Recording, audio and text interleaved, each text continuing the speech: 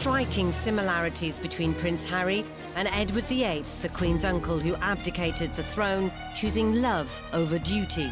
The ultimate comparison is them both ending up with American divorcees. Despite being separated by nearly a century apart and the different expectations of royal rank, when you are heir to the throne, you have this script to follow. their military aspirations, Edward VIII, as Prince of Wales, was keen to go to the front line. Lord Kitchener says no. If they said no, you can't go front line, then I wouldn't drag my sorry ass through Sandhurst. choice of wife, Courtiers were very sniffy about an American divorcee coming in. Who does she think she is? the sibling rivalry, You ever have disagreements about things? Oh, yes. and eventual exile were all remarkably similar. He tried to have his cake, eat it, and then order another cake on top. As royal commentators dispel the myth of the monarchy, They ended up with the king doing the conga round the staterooms of Buckingham Palace. experts will break down key archive from crucial moments in royal history. It was a fairy tale created by the Grimm brothers. So prepare to discover what actually happens when blue blood runs red. What have you been doing in here all day? This is The Royals Revealed.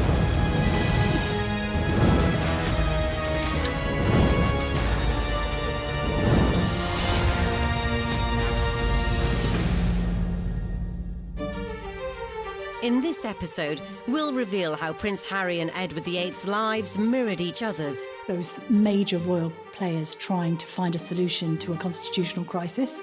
why both royals were labelled the party princes, They put the gramophone on, pushed back the carpet and cut a row. Could be playing music till 6, 7 in the morning. At the time, the most controversial aspect of that story was that the bodyguard was in the jacuzzi with him. People wondered how on earth he would be able to reach his weapon in time.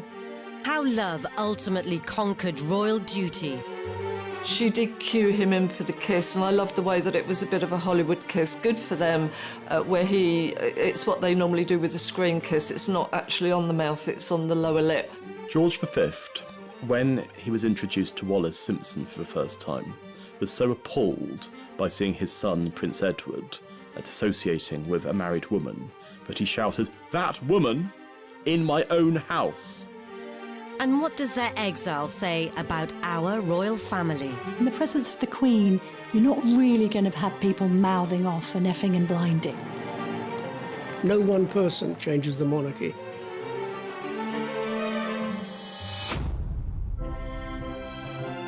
From the moment the two princes entered the royal realm, they were destined to experience persistent scrutiny from the world's media.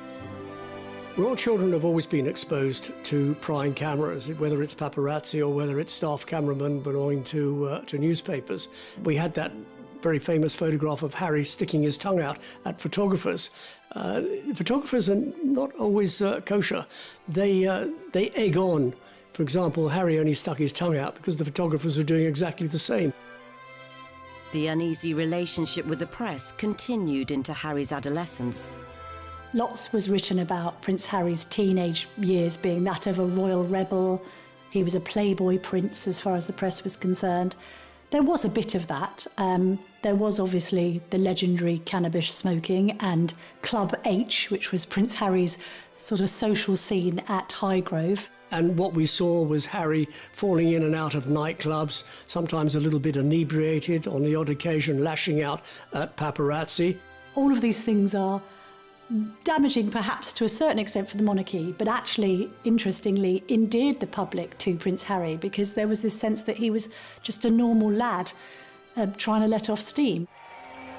The same can be said of Edward, who, at the impressionable age of 16, became the Prince of Wales. Prince Edward was the golden boy of the royal family. He was probably the first royal pin-up. His face appeared on playing cards, on matchboxes, on tea towels. He was seen as the bright hope of the royal family. But the lofty title didn't prevent his own regal rambunctiousness. They put the gramophone on, pushed back the carpet and cut a row. Could be playing music till 6, 7 in the morning. Because the nickname that Edward had was Peter Pan, and certainly just as Peter Pan wanted to fly to Neverland, Edward wanted to escape Buckingham Palace, a place that he hated and always had bad association. I think with Edward, when you are heir to the throne, you have this script to follow. People practically tell you what to do in order to get there. That is your position in life that you're born to. It is inevitable, perhaps, that at some point you'll want to break loose, find your own voice. With Harry is the spare. He's like, my brother's got this. There is no particular roadmap for me. I'm just going to let loose. And that's what he did. Both princes had grown up with media attention, but they'd also grown up surrounded by the military. I remember him as a 5-year-old strutting down the private road at Kensington Palace in army fatigues and a parachute regiment, red beret, and he loved every minute of it. And it was the army that provided timely escape routes for both princes. But this led to Edward's first serious run-in with the state. Edward VIII, as Prince of Wales, was keen to go to the front line during the First World War. Lord Kitchener says no, and he was absolutely right. The heir to the throne does not go to the front line because there is a possibility that the heir to the throne might catch a bullet, might die, and got to find somebody else to take his place. He was prevented from going to the front, apart from on one occasion, and then he joined various staff officers to inspect the trenches. And he was lucky because a German shell landed by his vehicle, killed his chauffeur, and because he was inspecting the trenches, he was spared that fate. As Harry ascended through the ranks, the fighting on the front line debate once again reared its royal head.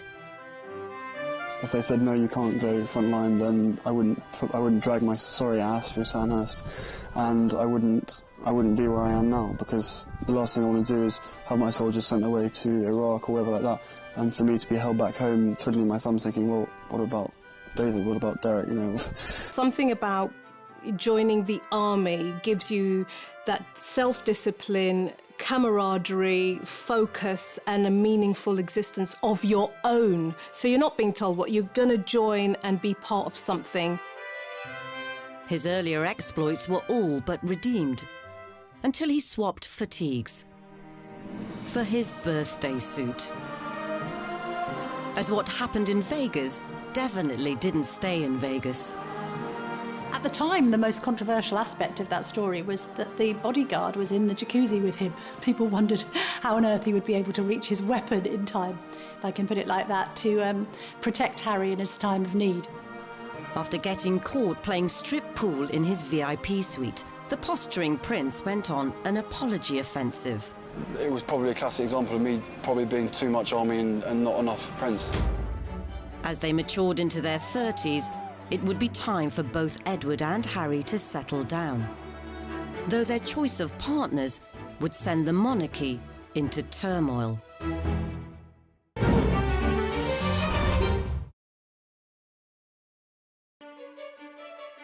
Edward VIII and Prince Harry shared many similarities. Both were skilled in military manoeuvring.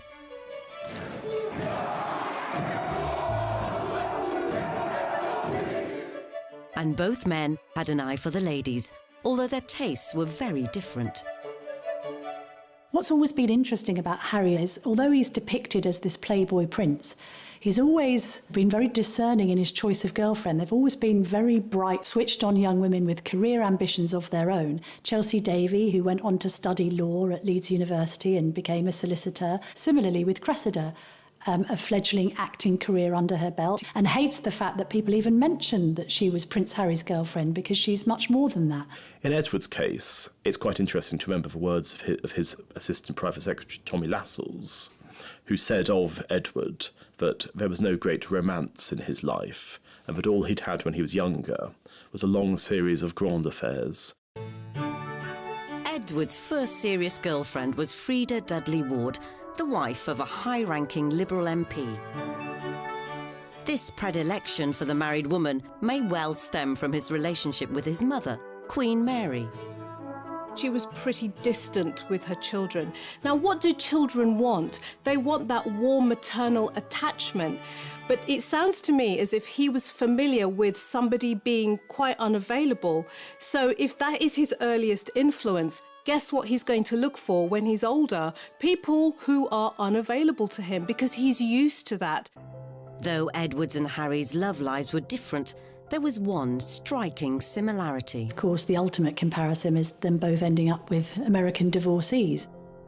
Edward had a steamy chat-up line when he first clapped eyes on Wallis Simpson at a country house party in the grip of winter. He asked her, as an American, did she find the central heating poor in these country houses? And she is apparently alleged to have said, oh, sir, I would have expected something smarter from the Prince of Wales. That's the legend. But if either were getting hot under the collar, there was a problem. It was very much the case that Edward, as the future King of England, would not have been allowed to marry a divorced woman. So it probably wasn't the best idea to bring her to the palace to meet the puritanical parents. George V, when he was introduced to Wallis Simpson for the first time, was so appalled by seeing his son, Prince Edward, associating with a married woman, that he shouted, "That woman in my own house!" And thereafter he had to be reassured, falsely, that Edward was not in a sexual relationship with her. Here was the future king lavishing Mrs. Simpson with what they felt was the family fortune, giving her jewellery, bracelets, necklaces, and the House of Windsor thought that they were being burgled from the inside out. Alec Harding, who was Edward's private secretary, often believed that the stress and misery that George was faced with for having seen his son cohabiting with Wallis was one of the things that led him to an early grave. Harding's theory may well have been correct, as George V died within 2 years, leaving the bewildered new King Edward VIII to address those who are now his subjects. I feel that his death is not only an overwhelming grief to my mother and to us, his children, but that it is at the same time also a personal loss to you all. George V was very reluctant to admit his son, Prince of Wales, into the inner sanctum of monarchy. That is to say, to read the red boxes, all the top secret documents, confidential papers, and so on. So he left the Prince of Wales hanging, and he didn't really prepare him for his future role as king. And George would have been turning in his grave if he'd known who was tagging along at the proclamation. He was quite astonishing to the British aristocracy and squirearchy that here's this woman, this twice divorced American, being allowed into the inner sanctum to watch the accession of Edward VIII at St James's Palace. Yet, for the British public, she remained a mystery. There are pictures taken of her next to Edward, and most of the papers owned by Lord Beaverbrook, the proprietor of the Express and the Evening Standard, either cut her out altogether or referred to her simply as Edward's friend. Unfortunately for Harry, there was no such censorship when Meghan came on the scene in 2016.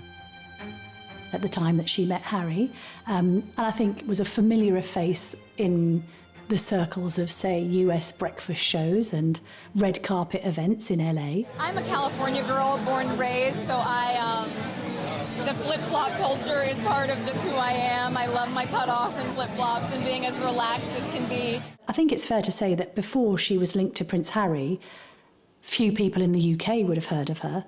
But after she was linked to Prince Harry, obviously, she's become one of the most famous women on earth. Yet nothing could have prepared them for how intense the media scrutiny would become from portraying Meghan as the woman who would revolutionise the monarchy. No one person changes the monarchy. It's not something Meghan said when she was going to march into the monarchy and change it. And then there were the less forward-thinking factors. There was a bit of a narrative that seemed to be racially motivated about Meghan's background, and I think phrases like exotic DNA was used along with straight out of Compton, which she wasn't. Harry wasted no time in trying to set some ground rules with a statement encouraging a ceasefire to the media bombardment. Harry called that up and said, this isn't right, cover the relationship fairly, by all means, but don't go around besieging family members.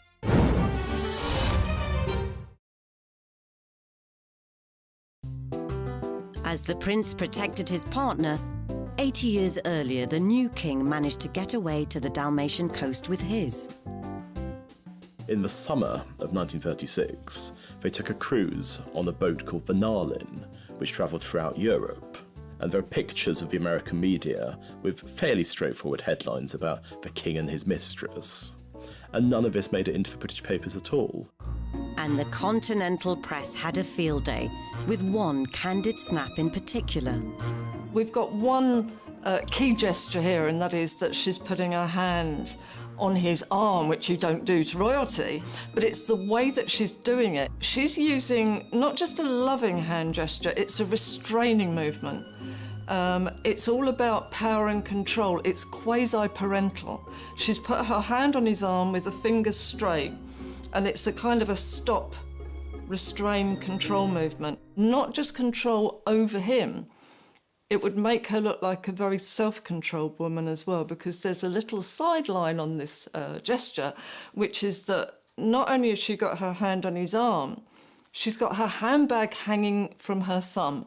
Now, that would only be somebody that was completely confident, completely in control and knew what they were doing. It's not something many people could pull off. The press took that as a signal to talk about the relationship with Wallis. And it came as a complete shock to the British population. The press were duly dispatched to Wallis's residence, which was enough to send her fleeing to France, so the couple began writing to one another. Wallis used a word called enum, which she used in her letters to Edward, and enum essentially meant frightened and scared.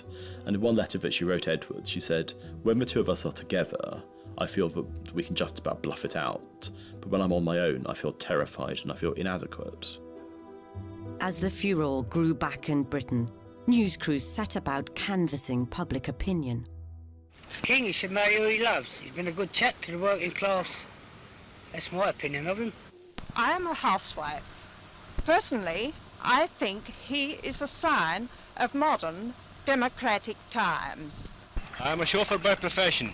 After all, the king is a man like myself, but he should not allow his private life to interfere with his public life. If you go into the National Archives and look in their private vaults, you'll see thousands of letters sent to Edward basically saying, "Don't do it, sir." 8 decades on, the public had warmed to Meghan. She really is beautiful, isn't it? Women particularly were drawn to her because she seemed to be the kind of princess who wanted to be heard as well as seen, and to have a platform and to champion really important subjects like women's rights. And when they did their tour of the UK, there were crowds in the streets shouting their name. There was such a huge amount of goodwill behind them both. But easing Meghan into the formalities of royal family life required some on-the-spot schooling from Harry. Harry, I think, is being very clumsy with what are called his tie signs here. He's being quite annoying. This is like an actress who is suddenly finding that on set, somebody's trying to give her stage directions. She's looking just slightly peeved that he's interrupting her, because that would be rude at any party. He actually beckons her over, which again would make her feel a bit powerless, and then he steers her and actually pushes her over to the next group. Nobody's going to like that very much, and what she does, she's very polite, she smiles, she comes across. But you'll see that she responds with a reciprocal pat on the back. She pats Harry on the back, so like, you pat me, I'm going to pat you. And what that implies is that, yes, that's fine, and I know that this is a job we've got to do, but I'm also in control here. When we get to the church clip, again, a lot of this, I think people were saying, oh, she's being told off and she's not comfortable. Again, I believe this was Harry's mistake. And it's actually her, to me, caught up in a power battle between the two brothers, even at that stage, because she's very happily talking to William and Kate and smiling, laughing with them. You can see Harry getting more and more agitated. He faces front, he won't join in the conversation, his face drops, he turns round and he uses what's called a leading gesture. He points, sort of, no, pay me attention and look over here. And she kind of colludes, but it's a bit like she's dealing with a little bit of a spoilt child at that point. I think anybody entering the royal circles needs to come with their A game and be very resilient, because not only do they have protocol and rules and hundreds of years of practice, but they also have the court of public opinion. We are on the outside looking in, judging. But even almost mastering the arcane art of the curtsy couldn't protect Meghan from some alleged friendly fire. Meghan and Harry, they felt that she wasn't welcome. She wasn't welcomed by William and Catherine, and that she wasn't particularly welcomed by other members of the family. So we do see similarities with Wallis Simpson, both on a negative front. This idea that courtiers were very sniffy about an American divorcee coming in. Who does she think she is, coming over from America? So even if there were any lingering hostilities, Harry proposed less than 18 months after their first date. It happened a few weeks ago, earlier this month, here at our cottage. In terms of who was taking the lead in this clip, it's very interesting because the strongest signals come from Meghan, who is using what's called pseudo-infantile remotivational techniques. She's clutching his hand with both of her hands like a small, vulnerable child. And that made her look very sweet and very cute. Just an amazing surprise. It was so sweet and natural and very romantic. She wanted to be popular, she wanted to be ingratiating into a very difficult family, and I think that slight lowering of herself, that looking slightly vulnerable, was a very good ploy. Beneath that, though, we were getting some completely different signals, because if you can see when she's holding his hand, she's actually stroking his hand with her thumb. And what that means is she's calming him down. She's reassuring him. He doesn't like the press. He doesn't like to come out and be doing this. When they first walked out towards the press, she's rubbing his arm. It's, come on, let's get it over and done with, we're fine. It was good to see an intelligent woman, but she was in control. Both Harry and Edward had strong, independent women on their arms. But it was Edward who had to come up with a cunning plan to marry. In late 1936, Edward raised the possibility of a morganatic marriage with PM Stanley Baldwin, meaning he'd still be king, but Wallis Simpson wouldn't be queen. What he tried to do was he tried to have his cake, eat it, and then order another cake on top. And that led to the most spectacular meltdown in any kind of possibility of his remaining king. After the government rejected Edward's proposal, he informed the government of his intentions to abdicate on December the 9th. And by December the 10th, he was gone. 2 hours ago, I discharged my last duty as king and emperor. That I have found it impossible to carry the heavy burden of responsibility and to discharge my duties as king as I would wish to do, without the help and support of the woman I love. But the controversy was only just beginning for both royals.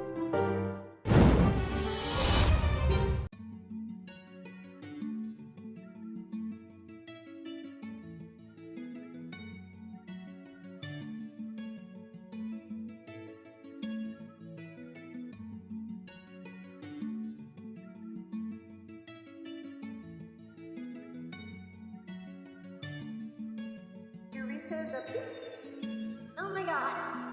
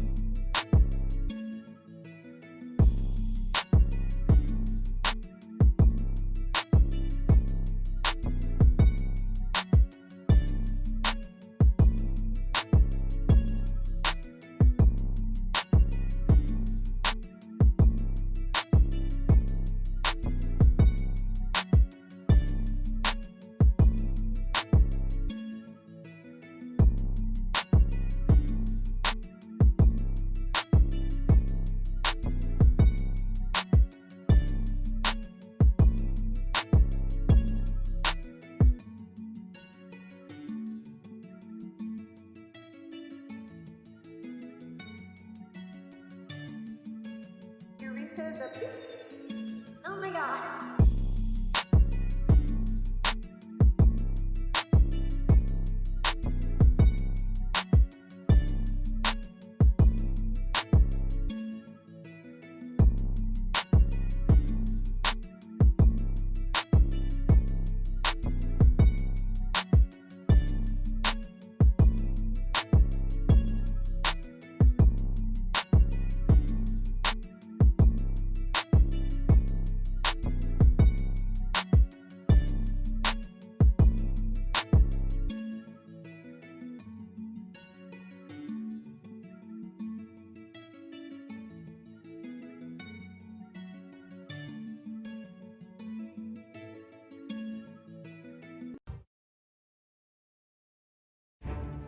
Wallis Simpson and Meghan Markle both had a rocky start to life as royal consorts.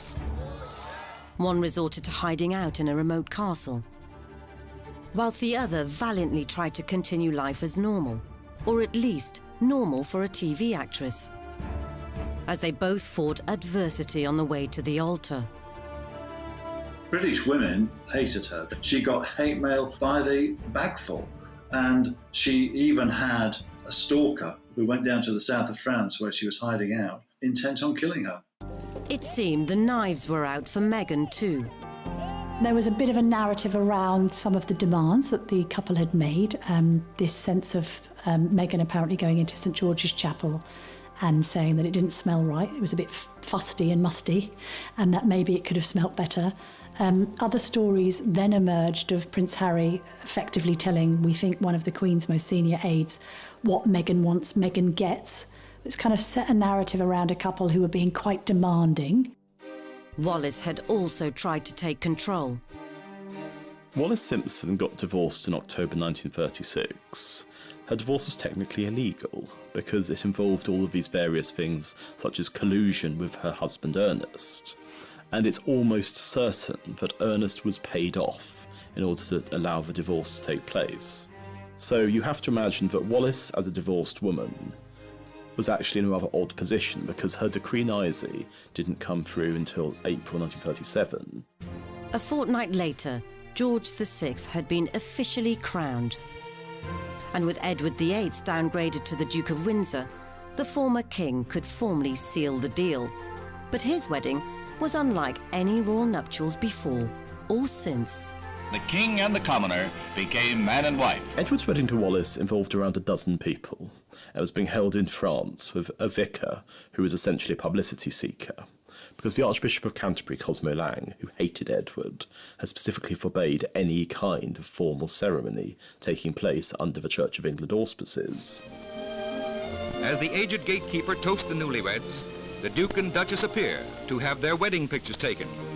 Here comes the bride to join Edward in the happiest moment of their lives. I love the phrase, the happiest moment of their lives. I would say tell his face that, because, no, what we're seeing, not particularly blissful, I'm afraid.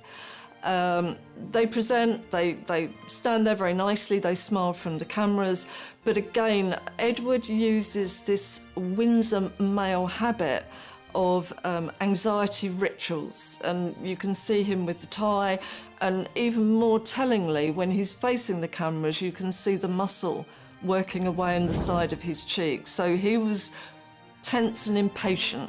What I find really telling, though, is when they finish doing the photographs and walk away, she just goes off up the stairs by herself and almost back into this kind of social role with the other people that are up there.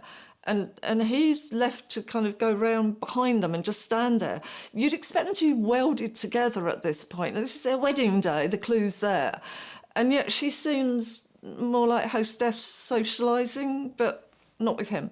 By the time that they married in the summer of 1937, Edward and Wallis had been the most famous couple in the world. Yet there was an absence of joy. And so if you look at Harriet and Meghan's wedding, and the obviously joyful occasion that was, it was in stark contrast to what had happened 75 years before.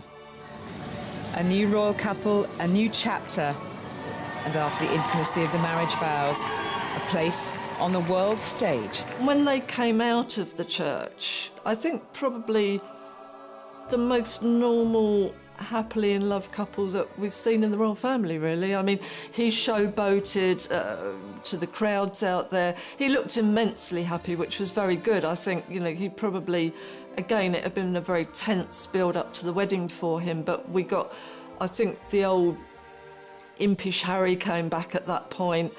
She did cue him in for the kiss, and I loved the way that it was a bit of a Hollywood kiss. Good for them, where it's what they normally do with a screen kiss. It's not actually on the mouth, it's on the lower lip, and that means you don't mess the makeup up and everything. So I think they've done a bit of rehearsing why not.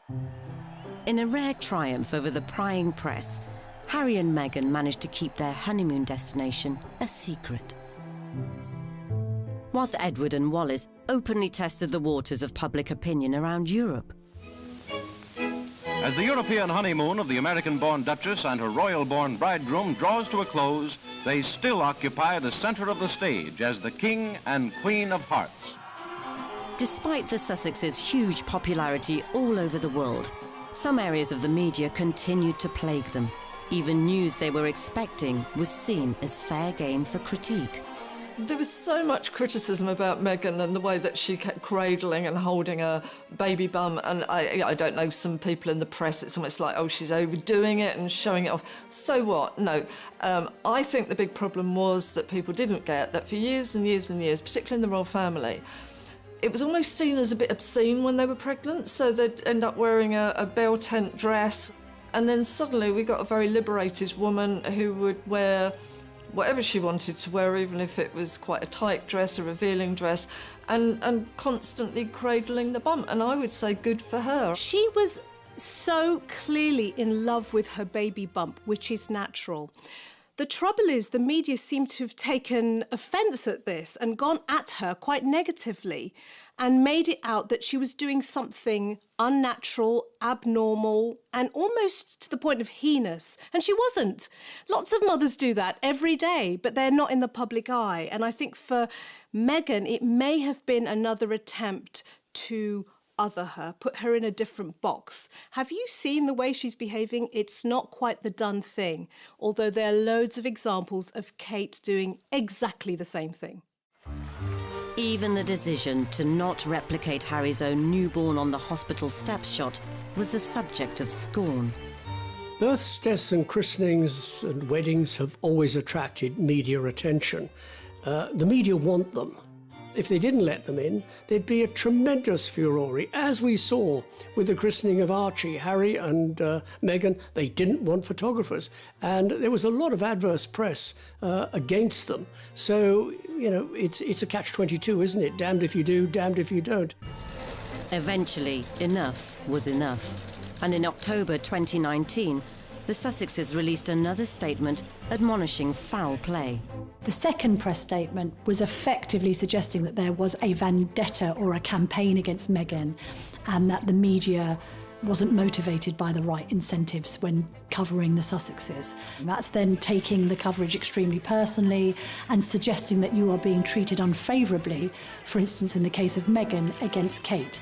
Again, there's a short memory syndrome going on, because back in the day when Kate was on the scene, she was being called Weighty Katie. Her and Pippa Middleton, her sister, were called the Wisterias because they were fragrant with a ferocious ability to climb. Short memory or not, Harry and Meghan were on the offensive, and they seemed to be handling it personally. Some of the wording of the second press statement was a bit jumbled and a bit confused. It was also laced with Americanisms, and therefore looked as if it was being written by Meghan directly. And when you've already got a narrative of Meghan driving a wedge and Harry being somewhat under the thumb, that only serves to confirm that theory. Regardless of whether Harry may have been wrapped around Meghan's finger, a couple of months later, everything unravelled. The Duke and Duchess of Sussex have announced that they are carving out what they call a new role for themselves.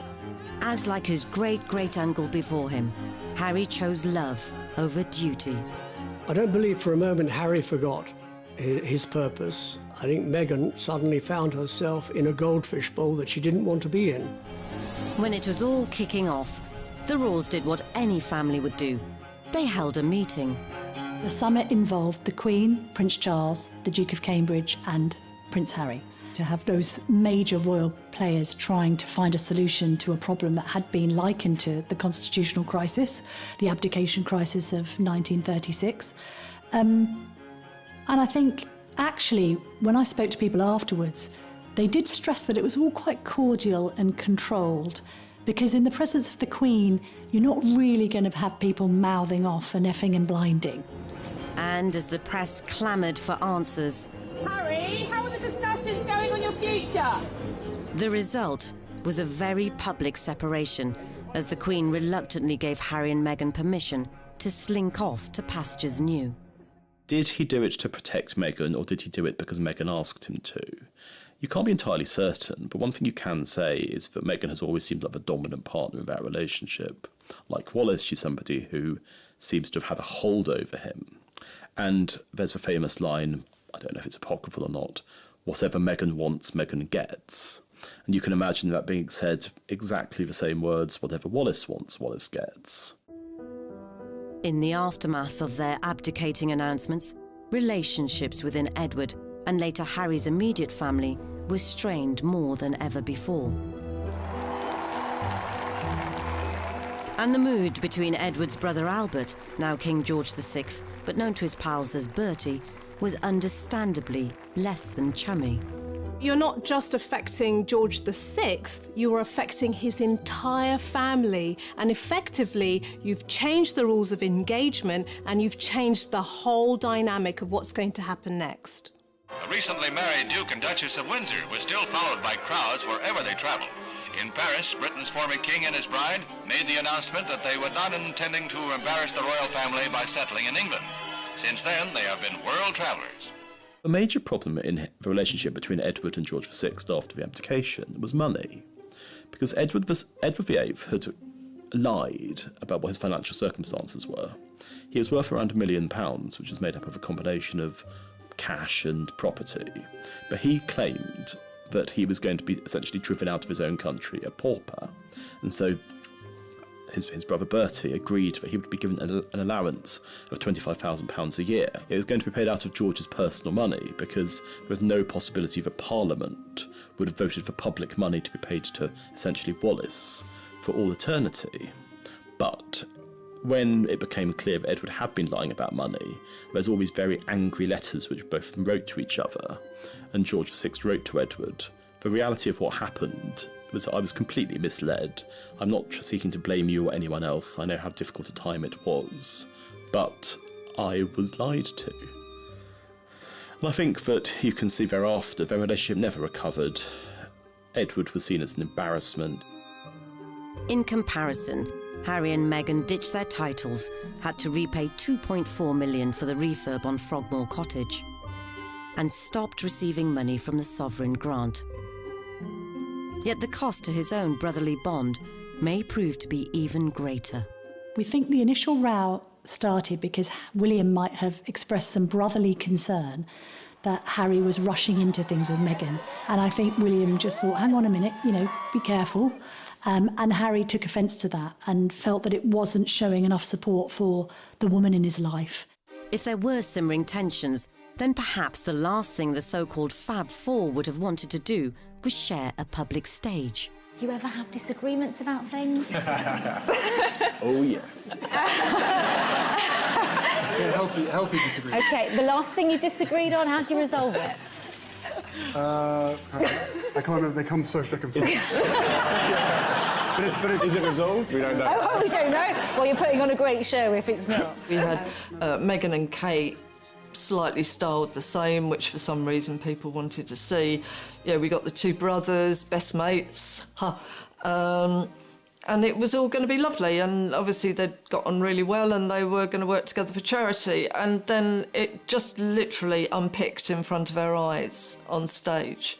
We've got, four different personalities, and every time that Harry spoke, you can see William and Kate, their eyes go down, their faces drop slightly. It looked like there maybe wasn't as much agreement going on there, and that maybe a little bit of limelight might have been stolen. And then comes the killer question about disagreements, and instantly William, and this is not like William. William, you know, tends to be a bit formal. Oh, yes, from the other end. Now, the two women then use masking techniques, which is that they both put their hair over their face so that we can't see, but obviously the bodies are shaking with laughter. But that, not a good look, because I think that let us know that actually this has been, there's been a lot of problems backstage. William and Bertie may have struggled with their sibling separations, but Edward had an even greater insult in store.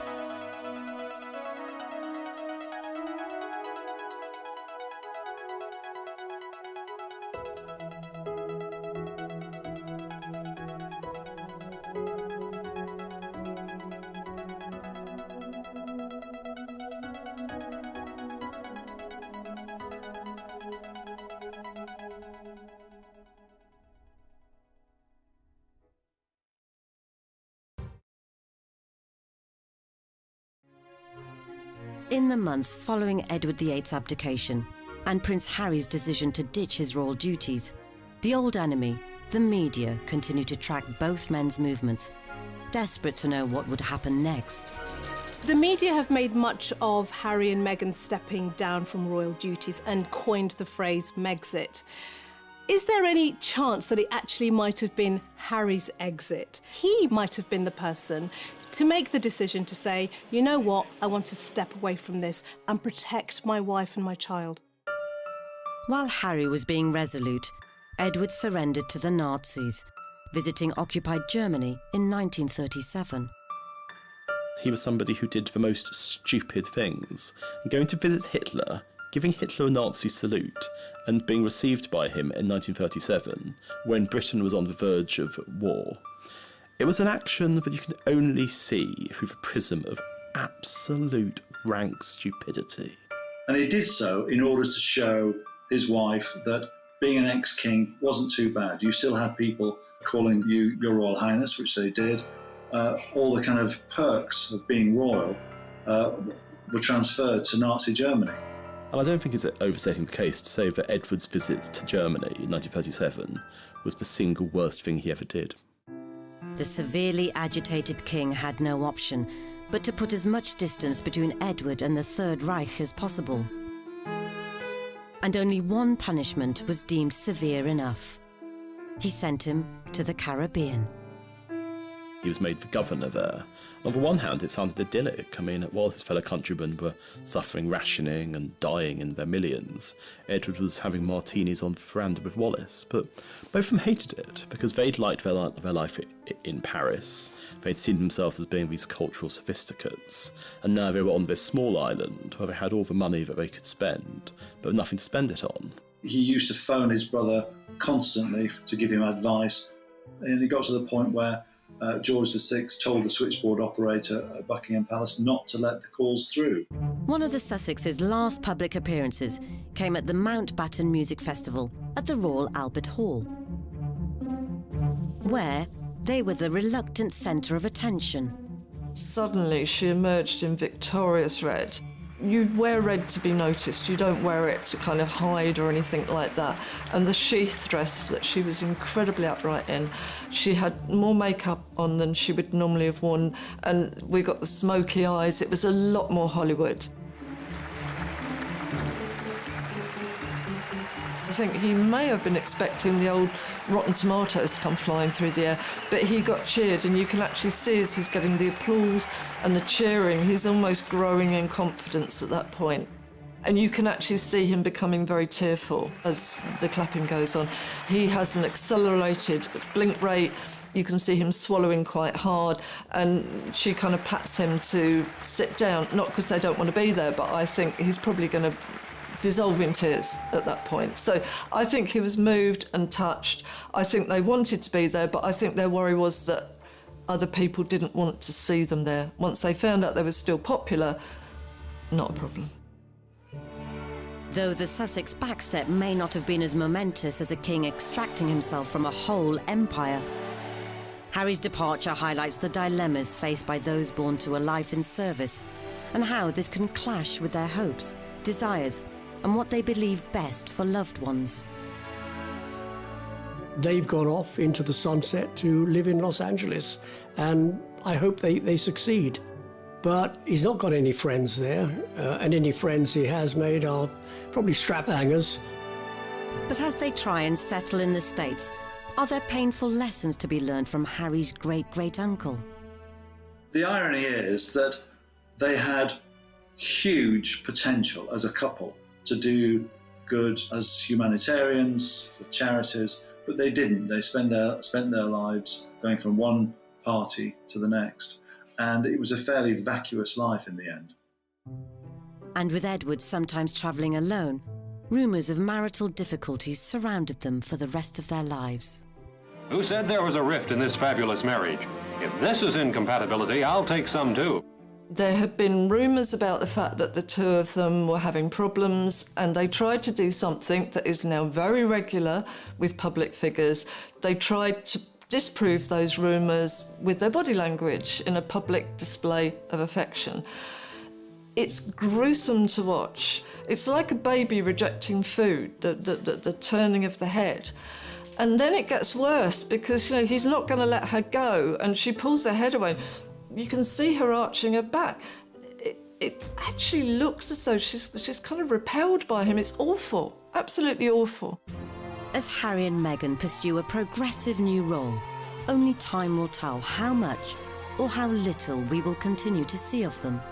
I think that the major difference between Harry and Meghan and Edward and Wallis is that Harry has been somebody who's much more attuned to popular feeling than Edward ever was. I know that some people in Britain are glad to see the back of them because they don't think they've behaved well, but there are others who thought, fair play, you're prioritising your immediate family and you want to do things differently and you want to make some money, go and do it. I see their mission far more rewarding, ultimately, than that of Edward and Mrs. Simpson. Whatever their future holds, one thing is clear. If Harry is to ensure he won't end up languishing in another country like Edward did, he must find a new sense of purpose and maybe, just maybe, tone down his vitriol against the press if one day they return to frontline royal life.